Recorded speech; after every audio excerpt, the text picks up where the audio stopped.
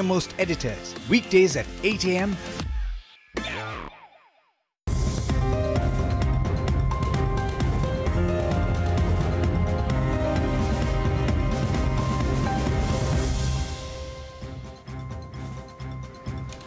Hello and welcome to Hot Money on BloombergQuint Live, India's first digital live streaming business news service. This is the show which gets you a complete wrap of all the stocks that are buzzing in trade. I am Darshan Mehta. Let's welcome our experts then. Sangeet Lakkar of Newberry Capital, Vineeta Sharma of Narnolia Financial Advisors, and independent investment advisor Vivek Mawani joins us on the show. Thank you to all for joining me on the show. Today on Hot Money, we'll discuss stocks like Bandhan Bank, Mahindra Life Piramal Enterprises, and we'll ask our guest for the top investment bet they have for this year. Let's move on to the first stock, and that is Bandhan Bank. Stock is trading at its new record high. The counter is up flat in today's trade, but nevertheless, the rally has been rather strong for Bandhan Bank. What's the view ahead? We'll ask our guest. Vivek, I'll start with you. Do you believe that the rally will continue in Bandhan Bank? What's your view on it? You have a minute. Short term, yes, the rally can continue because the rally has got meaningful legs in terms of superior performance of Bandhan Bank. However, medium to long term, I would be cautious about Bandhan Bank, but short term, yes. So that's my opening remarks. In terms of reasons, Bandhan Bank has got a fairly strong financial performance, both in terms of track record as near term likely performance, in terms of much superior net interest margins, much lower gross and net NPAs, and hence it has superior return on equity as well as return on assets. I mean, the two parameters that you would typically be evaluating a banking or a financial services stock. And now the valuations also as a result at about 5.5 times price to book at for the current year, that is financial year 18-19, is also a significant premium to most other established banks with stellar track records spanning over 10, 15, 20 years. So that's the area to be concerned about. We'll come back with the details. Okay, so that's the view that's coming in on Bandhan Bank. Vivek believes that yes, short-term rally can continue. Vineeta, what's your view on Bandhan Bank? Do you like it? Do you believe that the rally will continue? Yeah, Bandhan Bank, we are Darshan positive, and we have a price target of 585. Surely, as Vivek mentioned, the price to book is certainly demanding, and it's around 4.2 times price to book of FY20. So, but look at the rally, look at the way Bandhan Bank has emerged as a bank after 2015 August. It started with 510 branches, now it has 936 branches. Deposits were zero, now it is around 33,800 crore. The CASA is 35%. Cost income is the lowest amongst the bank, around 35%. And the advances, they are growing phenomenally. Advances were around 8,300 crore. Now it is around 29,000 crore. So overall, the kind of growth Bandhan Bank is giving on the table, this kind of price to book obviously would, justify. Though we have a price target of 585. Okay, so I think that's the view that's coming in from Vineeta. 585 is the target. And Sangeet, your view on Bandhan Bank, do you like it? I'm neutral to the stock. I think market clearly likes premium growth and the quality of earnings. So Bandhan Bank, the new age bank, has been growing at about 37%. And all the positives which Vineeta has already mentioned. So just two concerns which I have. One is obviously the valuation, trades at a premium valuation, and the geographical risk which it has. About 50% of its assets are located in West Bengal and Northeast. That's a big risk for me. And 86% of its book is coming from microfinance, which has always been vulnerable. Having said that, the NPAs are very, very much under control. It's about 1.25 times. And for me, I mean, the best parameter to judge the quality of lending is just see the NPA ratio. If that's under control, and if you have a balance sheet growing at 30-35%, I mean, it speaks a lot about the management and the quality of earnings. Okay, so that's the view that's coming in on Bandhan Bank. We'll open it up for discussion. Vineeta, are those valid concerns what Sangeet pointed out, especially, the geographic risk that it has? Because we've seen that, in the past also, companies like Bharat Financial, which had substantial exposure to a particular region, got really impacted on their books because of, political issues that came out, and also the type of lending that they do. Yeah, surely. That's that's definitely a concern. But look at the way Bandhan Bank has managed its GNPA. You know, that, you know, gives us the cushion, okay, things are fine out there. Because even after demonetization, when, you know, things were very bad, especially for microfinance people, and Bandhan Bank is one of the leaders in that segment, still the GNPA is 1.3%. And being geographic centric, it is helping, you know, the company to keep the cost income ratio very low. It is the lowest amongst all the banks.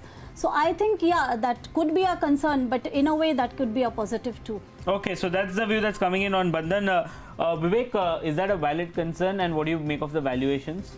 See, as I mentioned, I mean, valuations right now is pricing in superior quality of growth and superior financial performance matrices. But over a period of time, as Sangeet mentioned, 85% of the book is microfinance. So the superior numbers are because of microfinance, where the lending rates are high and generally the net interest margins are also on the higher side. As it transitions to a full service bank or where the loan book gets diversified beyond microfinance, obviously the lending rates are going to trend down.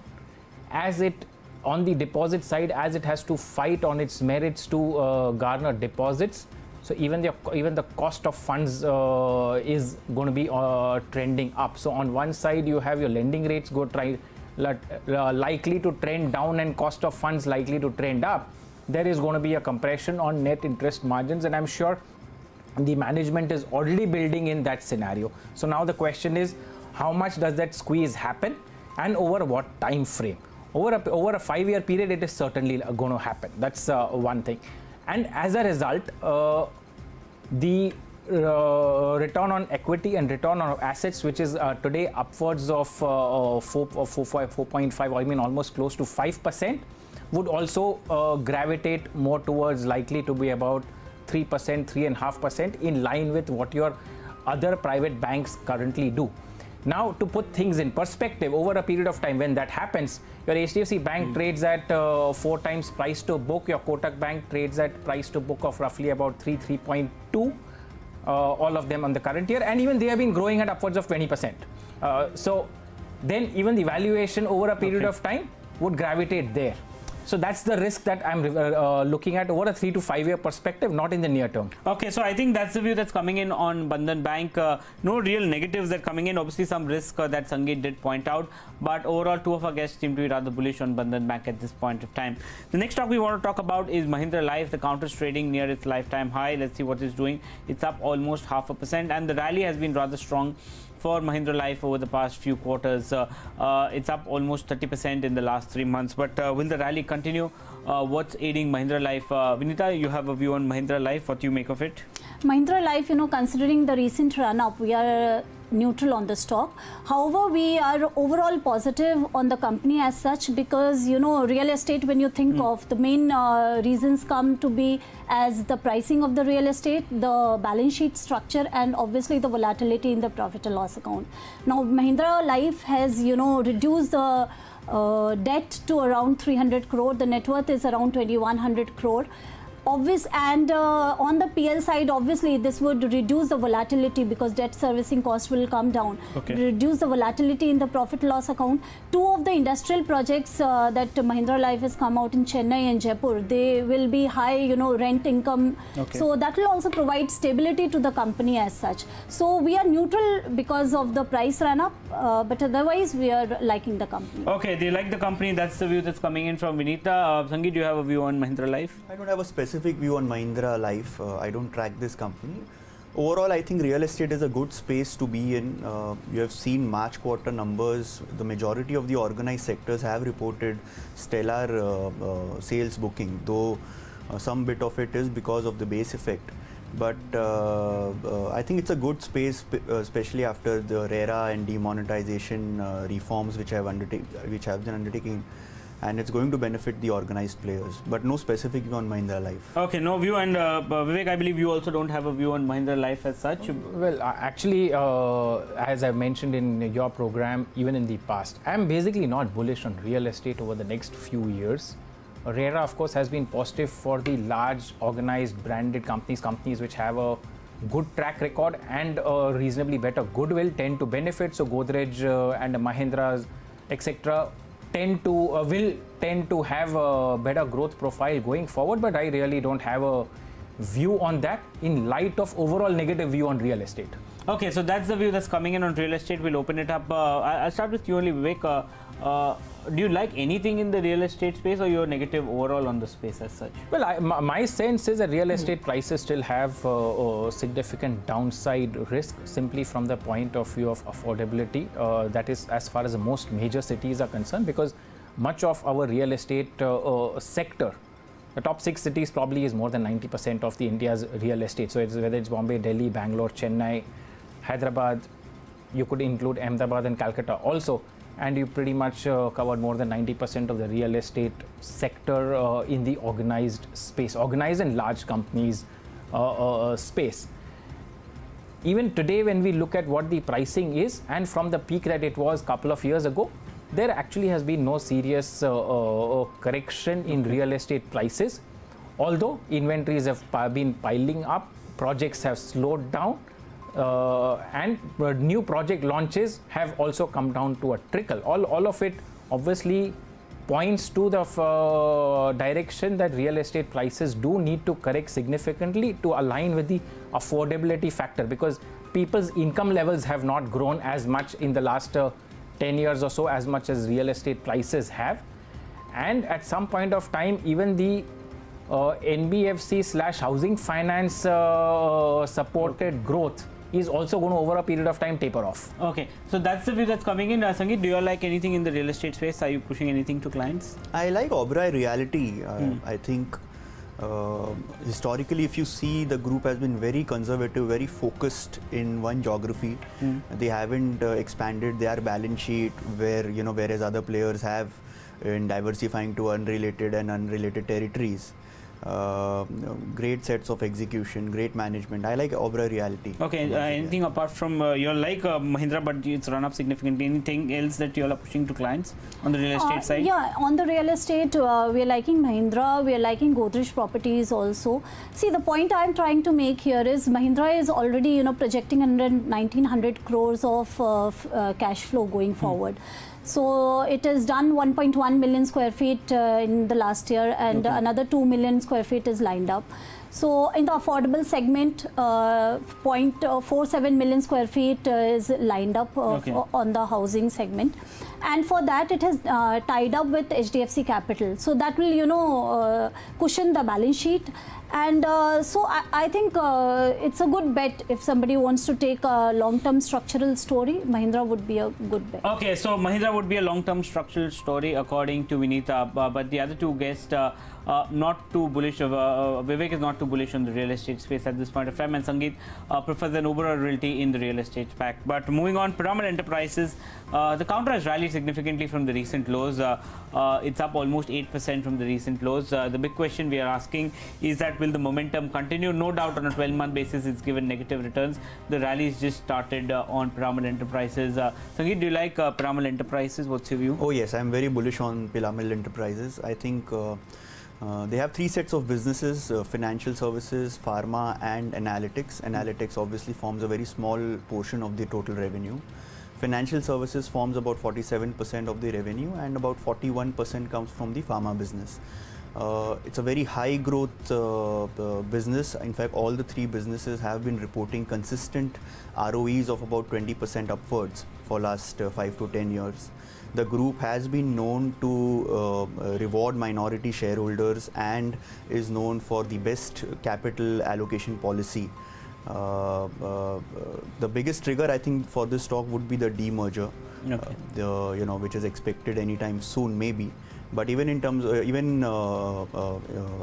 as is the case basis, I think 30 times price earning multiple, the valuation is not too demanding.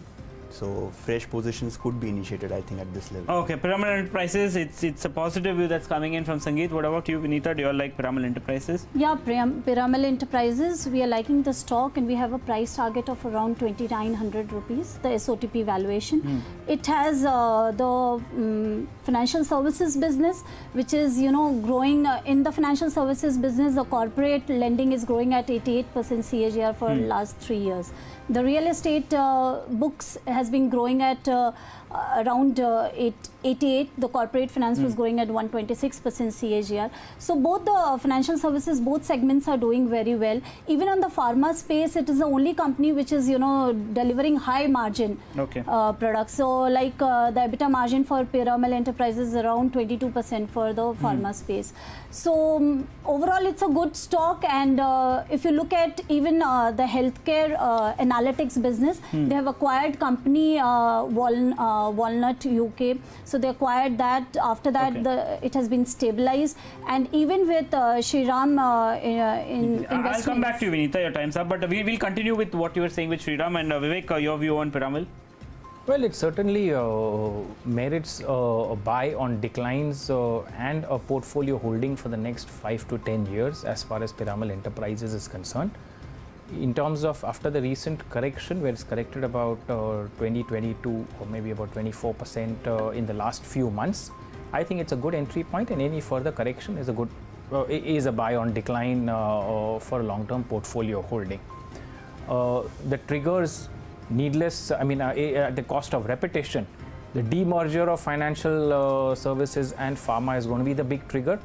But even before that happens, the other trigger could be rising return on equity in the financial services business, which has been in the investment mode, very hungry for capital. And it's likely to remain so for the next at least 3 to 5 years. And hence it's been earning return on equity, which is like close to 10-12%, much lower than most NBFCs are. So the other trigger is going to be improvement in numbers over there. I'll get back to you, Vivek. So I think the consensus view that we're getting in on Piramal Enterprises, yes, it's a buy on decline, it's a portfolio stock. All three of our guests like the counter. Vineeta, I'll come back to you. You were saying something on Shriram Group as such and Piramal. You can so Piramal has a strategic investments at a cost of around 4,300 crore in Shriram Investments, Shriram Group. So overall, that way is also, if you come to the SOTP valuation, 2,900 comes to be the right valuation for the stock. Also, I would like to add the overall, the financial services business that the company has. It is expected to grow around 32% for the next 2 to 3 years. The pharma, they have made some acquisitions, and all the acquisitions have been EBITDA margin accretive. So management is very smart in allocating the capital, as well as they have the cost efficiencies in mind. If you look at the healthcare analytics business, they are into good acquisitions overall. So it makes a good combination of the three businesses that are diversified, but still the overall margins that is coming on the table is phenomenally good. Okay, Sangeet, you're quite bullish on the counter. Couple of questions. Do you think that this growth rate on a higher base will continue for Piramal, and will they be able to ramp up? If they get back into pharmaceuticals in a big way, will they be able to ramp up significantly to create value? See, majority of the profits or the value is coming from the financial services business. Again, as I said earlier, for me, the best way to analyze a NBFC or a finance company is to look at the underwriting practices. Now, Piramal's financial business is again growing at a stellar pace of about 30% CAGR. Even though at such a rapid growth, the gross NPA is less than 0.5%. That speaks a lot about the quality of underwriting, quality of management. I don't see any reason wherein we should question the growth rates. I think they have historically proven their track record. I remain bullish on the counter. I mean, there is no reason for me to question the growth rate as such. Okay, so we'll move on to the next stock, and I think, but the consensus view that we're getting on Piramal Enterprises is that it's a consensus buy from all of our guests. And the final thought is, since the markets are rather wobbly, we're asking our guests for a pick that someone should take for a slightly long-term perspective. Like surprising, two of our guests have written Mahanagar Gas. So I'll start with you, Vivek. You and Vineeta, both of you like Mahanagar Gas. You just give your rationale on Mahanagar Gas. Yeah, basically, Mahanagar Gas, again, it's a long-term portfolio holding that you buy on declines and just buy or hold and forget about it. It'll continue to grow at 12 to 15% top line and bottom line in terms of earnings compounding over the foreseeable future, which could be next 5-10 years. Just to put a perspective, it's a gas supplier, city gas supplier, CNG, piped natural gas and industrial in the city of Mumbai, Navi Mumbai and Raigad district, and those geographies are likely to expand over a period of time. In the next few months, at about 85 cities/territories are going to come up for bidding in terms of new licenses that are being given out by the government. In this space, actually, there are only 3 companies who have a track record of undertaking these kind of projects. I mean, the other is in IGL, which does it in Delhi NCR region, and Gujarat Gas, which does it in the Gujarat state, which is actually a state PSU now. So MGL would also gain from new geographies because it would get it would certainly get few new licenses. Even in the existing geographies, there is enough penetration increase potential in terms of switch off from conventional or liquid fuels, especially on the industrial side. The CNG would have been more or less fully penetrated. The penetration levels would have been almost 90% where it is possible to do. Piped natural gas, significant headroom yet to cover the entire city in terms of every LPG customer to be converted to gas. So this itself will deliver double-digit earnings growth over the next 5 to 10 years. A debt-free company that earns return on capital, return on equity upwards of 20%, surplus cash on the balance sheet as of March end up close to 900 crores. So it's a terrific compounding and a free cash flow generating company, trading at about 18 times current year earnings and quite attractive from a long-term portfolio holding. Okay, so that's MGL for you. Vineeta, I'll come back to you for your view on MGL. But Sangeet, you like Sterlite Tech. What's the rationale? So I believe in the present age, the biggest addictive commodity is actually data. It's not cigarettes, it's not alcohol, but it's data, and a proxy play to the growing data demand is Sterlite technology. So they are into fiber optics and fiber optic cables.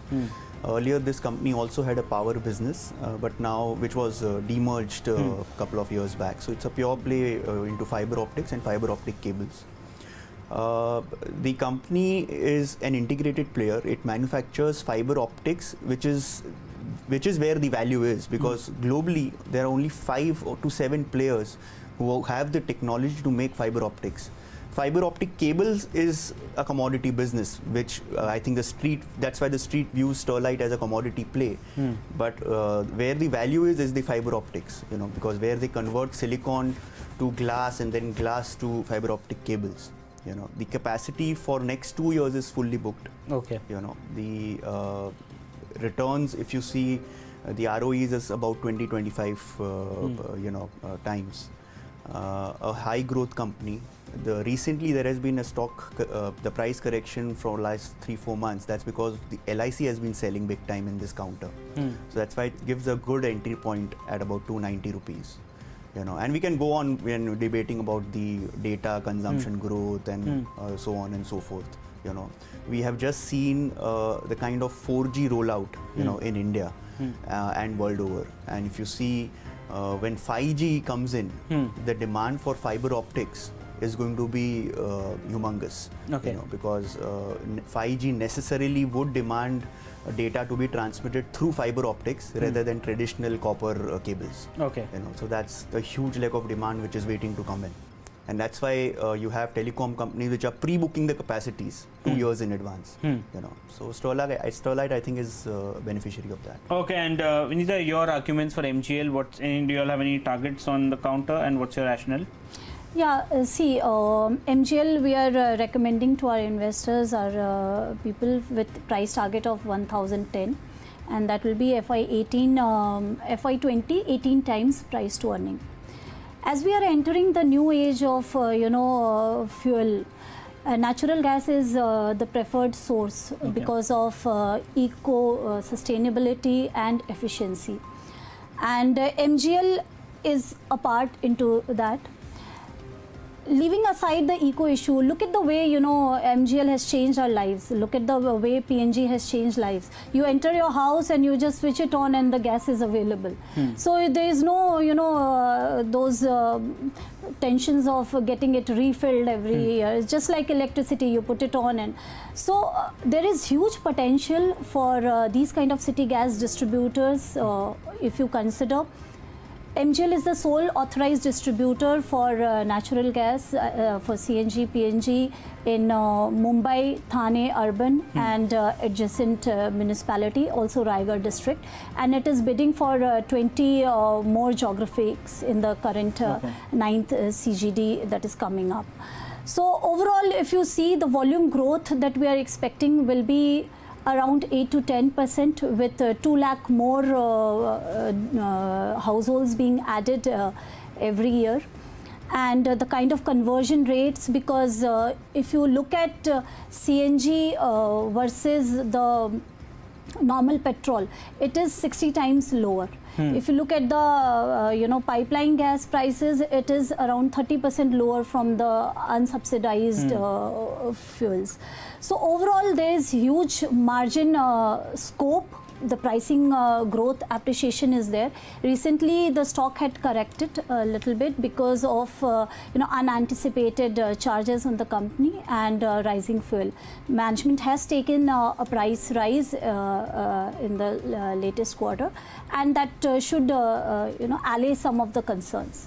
Overall, you know, it's a structural bet, I would say, because it's going to change the lifestyle even for the industrial segments. The kind of additions that the company is doing, it's going to change the way people, you know, look at fuels. So I think it's a good bet for long term. Okay, so that's the view that's coming in on the final stock pick. Two of our guests have recommended Mahanagar Gas, while Sangeet has recommended Sterlite Tech as a play on the fiber cables that will come out, the fiber optic cables that will come out, and the fiber optic as such because of the potential rollout on 4G and 5G. But with that, we're completely timed out on Hot Money. Vivek, Vineeta and Sangeet, thank you so much for joining me on the show. Ask BQ comes up next. Stay tuned to BloombergQuint.